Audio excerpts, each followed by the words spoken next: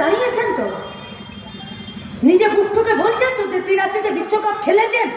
যান না একবার ব্রাত্য বসুর সামনে গিয়ে বসুন যদি বুকের পাটা আছে, আর ব্রাত্য বসুর সেই পুরনো দিনের ভাষণটা তার সামনে দাঁড় করিয়ে বলুন যদি আপনি সত্যিকারের পশ্চিমবঙ্গের বেকার ছাত্র যুবদের জন্য কাজ করতে চান।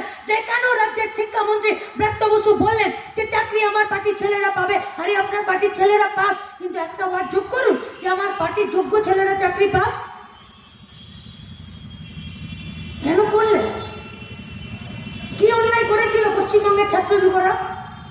কি অন্যায় করেছিল পশ্চিমবঙ্গের ছাত্র যুবদের তাদের বাপ মায়েরা? কি অন্যায় করেছিল এই পশ্চিমবঙ্গের সরকারি স্কুলে পড়তে পাঠানো সেই সব বাচ্চা ছেলের মা বাপরা যারা এক বেলার মিড ডে মিল খেয়ে একটা স্কুলে দুপাতা পড়তে শেখায়, আর আপনি সেখানে ফেল করা মাস্টারমশাই দিদিমণিদেরকে যুক্ত করেছেন। আমরা স্যালুট জানাচ্ছি এবিটিএকে, যারা সুপ্রিম কোর্টে মামলা করেছে, যারা আরটিআই করেছে যে এদের বইমাস্টিক দিতে হবে, আর সমস্ত টাকা পয়সার খরচা তারা করছে, আর সমস্ত চাকরি প্রার্থী যারা চাকরি পেয়েছিলেন, আমরা আপনাদেরকে বলছি এই লড়াইয়ে যদি সত্যিকারের শুধুমাত্র শিক্ষা ব্যবস্থাতে বাঁচানোর জন্য, নিজেদের চাকরি বাঁচানোর জন্য নয়, গোটা শিক্ষা কাঠামোকে যদি বাঁচাতে চান তাহলে আসুন আমাদের সাথে, আপনাদের চাকরি ফেরানো আর আমরা রইব উল্টো দিকে, তৃণমূল আর বিজেপি রইবে আপনাদের চাকরি আপনাদের কাছে ফেরত পাঠিয়ে দেওয়ার জন্য।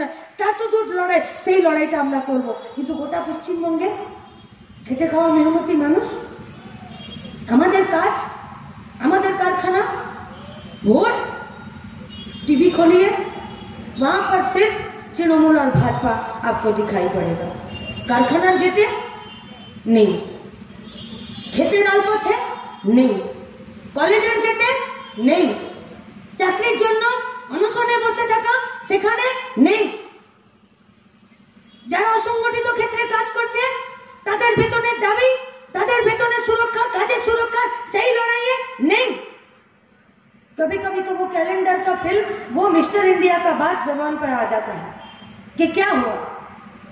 मिस्टर इंडिया कथा मने आछे तो अनिल कपूर जे गैजेटटा हाथे पड़तेन सेई अदृश्य हये जेतेन, केउ ताके देखते पेत ना।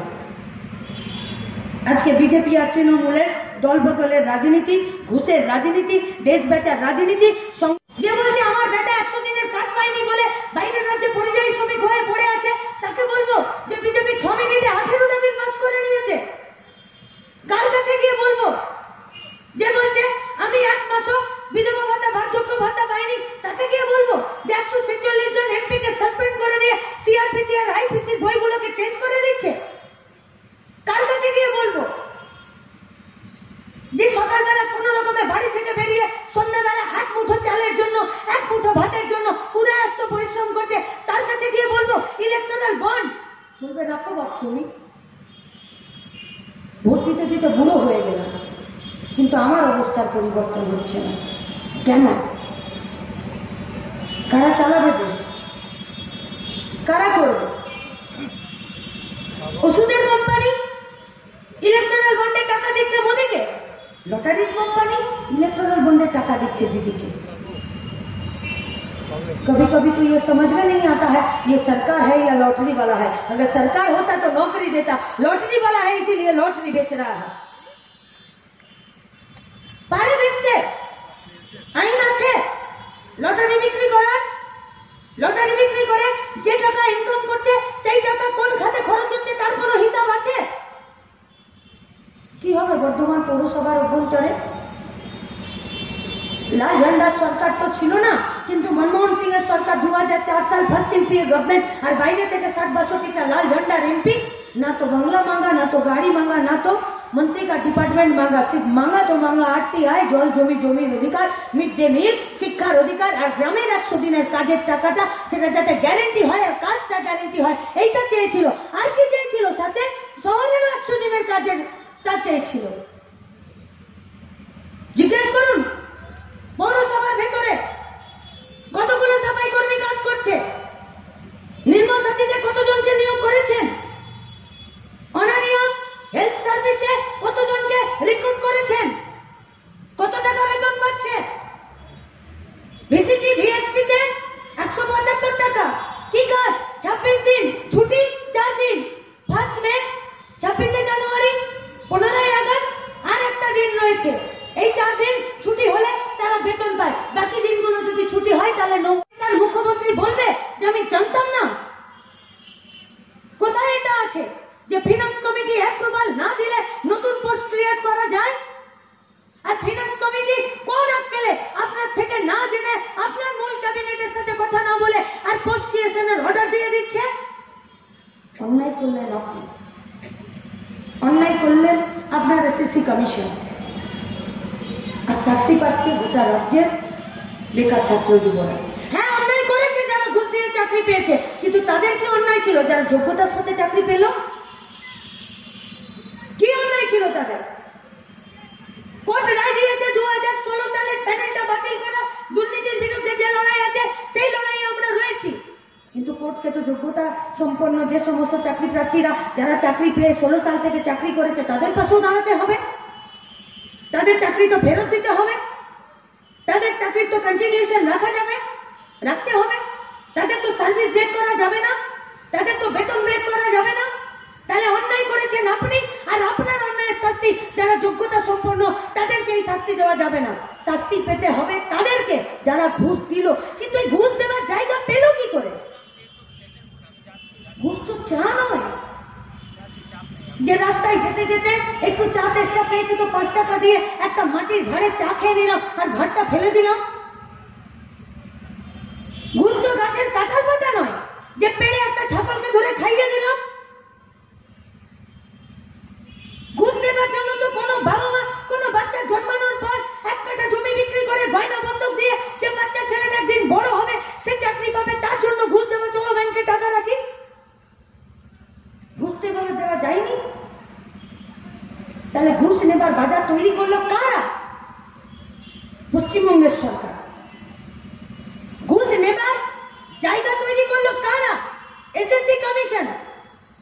গোটা শিক্ষা দপ্তরের সাথে যুক্ত 28 জন জেলে আছে, তার মধ্যে 5 জন যারা শুধু মিডলম্যান, যারা মাঝখানে এই যারা ঘুষ দিতে চাইছে আর যারা ঘুষ নিতে চাইছে।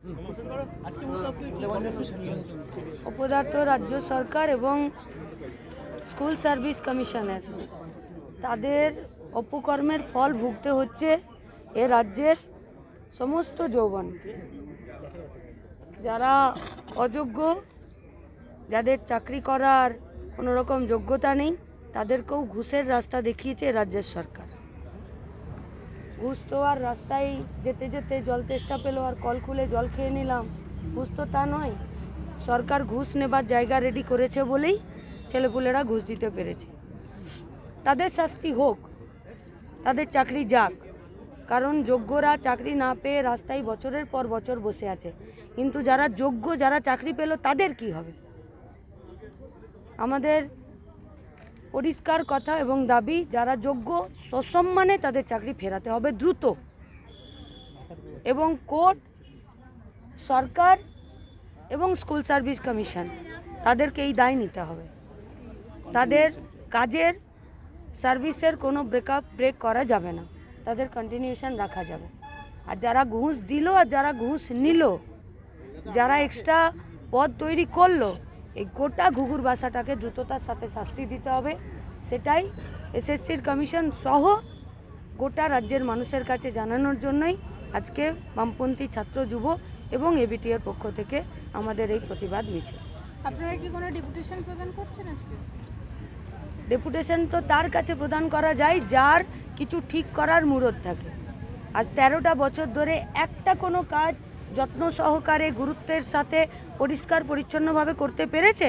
কিন্তু আমরা চাই যে এই প্রতিষ্ঠানটা, এই সংস্থাটা যাতে নিজেরা স্বচ্ছতার সাথে আবার 13 বছর আগে যে 34 বছর এরা কাজ করেছে সেই জায়গায় তারা ফিরে আসুক। ফলে ওদেরকে ঠিক করার দায়িত্বটাও ছাত্র যুব এবং মাস্টারমশাইরা আমরা নেব। মিছিল শুরু করার আগেই দেখা যাচ্ছে যে বিশাল পুলিশ বাহিনী মোতায়েন রয়েছে।